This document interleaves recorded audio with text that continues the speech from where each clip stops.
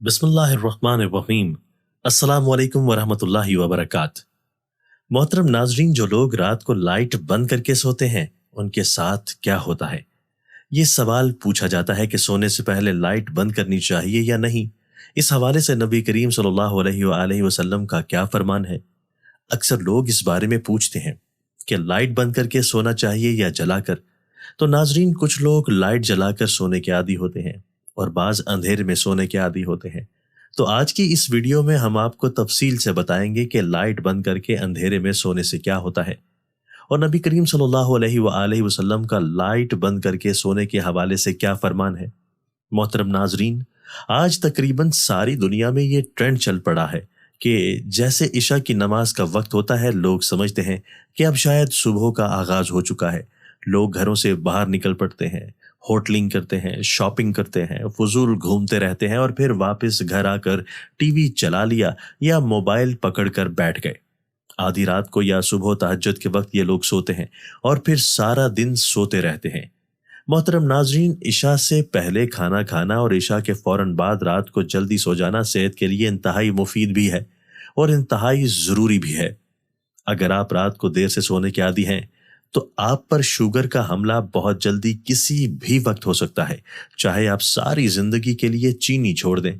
तो नाजरीन, शुगर की बीमारी में सबसे बड़ी वजह जल्दी ना सोना है। ये तो जिस्मानी नुकसान है। और रूहानी नुकसान क्या होता है कि आपके दिन के कामों की बरकत खत्म हो जाती है। हम इसलिए काम नहीं कर पाते क्योंकि हम कामों का आगाज लेट करते हैं। जबकि हदीस शरीफ में आता है कि नबी करीम सल्लल्लाहु अलैहि वसल्लम ने इरशाद फरमाया कि मेरी उम्मत की बरकत सुबह सवेरे रख दी गई है, यानी कि सुबह का इब्तदाई वक्त जब मुर्गा बांग देना शुरू कर देता है तो समझो दिन का आगाज हो गया। सुबह का आगाज फजर की नमाज से पहले होता है। तो नाजरीन, ये जरूरी है कि इशा की नमाज के बाद जितना जल्दी मुमकिन हो सके सो जाएं और सुबह 4 बजे उठकर तहज्जुद की नमाज अदा करें, दुआएं मांगें। जब आप उठेंगे तो अगर अल्लाह ने चाहा तो सारी जिंदगी में तहज्जुद की आदत पड़ जाएगी। हम लोग रातों को जागते हैं, दिन को सोते हैं, बेतहाशा खाते हैं, इसलिए मुख्तलिफ बीमारियों का शिकार हो जाते हैं। नाजरीन, अल्लाह तबारक व तआला ने रात सोने के लिए बनाई है, जागने के लिए नहीं। जब कोई इंसान रात को सो जाता है तो अल्लाह ताला की तरफ से एक ऐसा सिस्टम ऑन होता है जिससे इंसान की बॉडी से कुछ ऐसी शुआएं निकलती हैं जो उसकी राहत का बायस बनती हैं और सुबह जब वो उठता है तो फ्रेश और तरोताज़ा होता है। जब आप दिन में सोते हैं तो वो सिस्टम ऑन नहीं होता क्योंकि उस सिस्टम को अंधेरे से निस्बत है, उजाले से नहीं। हम लोगों ने दिन को रात बना दिया है और रात को दिन बना दिया है, जिसकी वजह से हमारी सेहत दिन ब दिन खराब होती जा रही है। ब्लड प्रेशर, शुगर, दिल की बीमारियां और दीगर बहुत सी बीमारियां आम हैं। अल्लाह तबारक व तआला ने रात सोने के लिए बनाई है।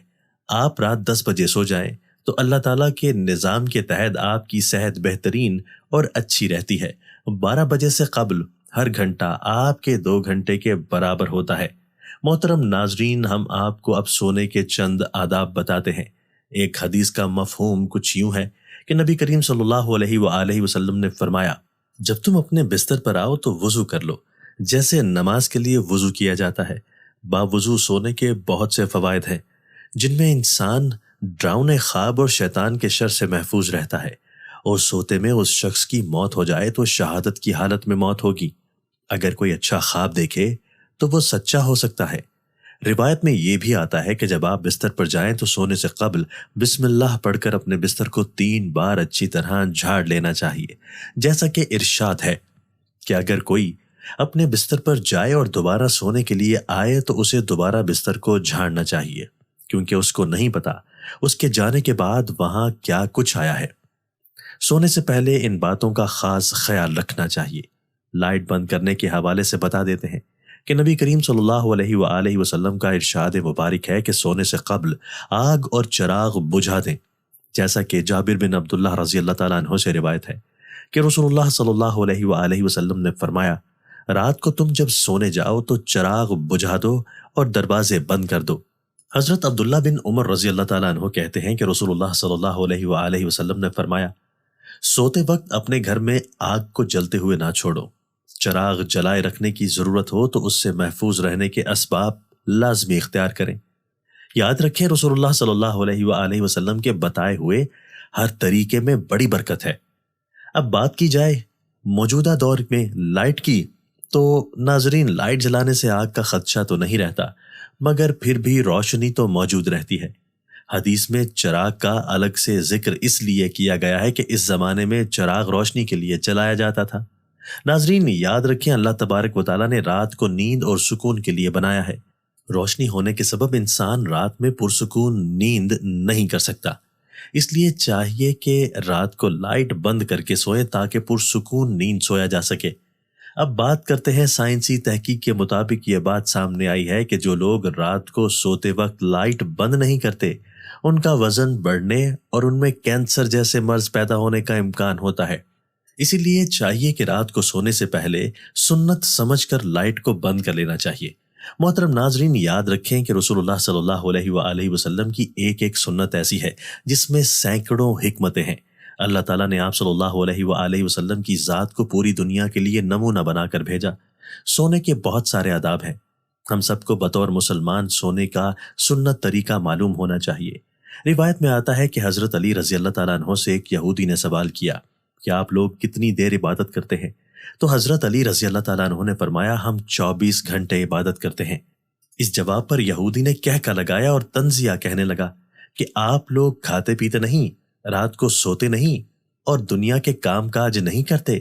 تو اس کے سوال کا حضرت علی رضی اللہ تعالیٰ عنہ نے بڑے تحمل سے جواب دیا، ہم لوگ کھاتے پیتے بھی ہیں، سوتے بھی ہیں، دنیا کے کام کاج بھی کرتے ہیں، مگر ہم یہ سب نبی کریم صلی اللہ علیہ وآلہ وسلم کے بتائے ہوئے طریقوں کے مطابق کرتے ہیں، اس لیے یہ سب کام ہمارے لیے عبادت ہی شمار ہوتے ہیں۔ اس لیے ہمیں بھی چاہیے کہ ہم ہر کام اپنے پیارے آقا صلی اللہ علیہ وآلہ وسلم کے بتائے ہوئے طریقوں کے مطابق کریں۔ اب آپ کو سونے کا سنت طریقہ بتاتے ہیں۔ پہلا سونے کا سنت طریقہ یہ ہے کہ دائیں کروٹ پر اور داہنا ہاتھ سر کے نیچے رکھ کر سونا چاہیے۔ اگر ساری رات اس کروٹ سونا ممکن نہیں تو کم از کم سوتے وقت اس کیفیت میں ضرور لیٹنا چاہیے۔ دوسری کروٹ بھی سونا ممکن نہیں، البتہ پیٹ کے بل الٹا سونا پسندیدہ عمل نہیں ہے۔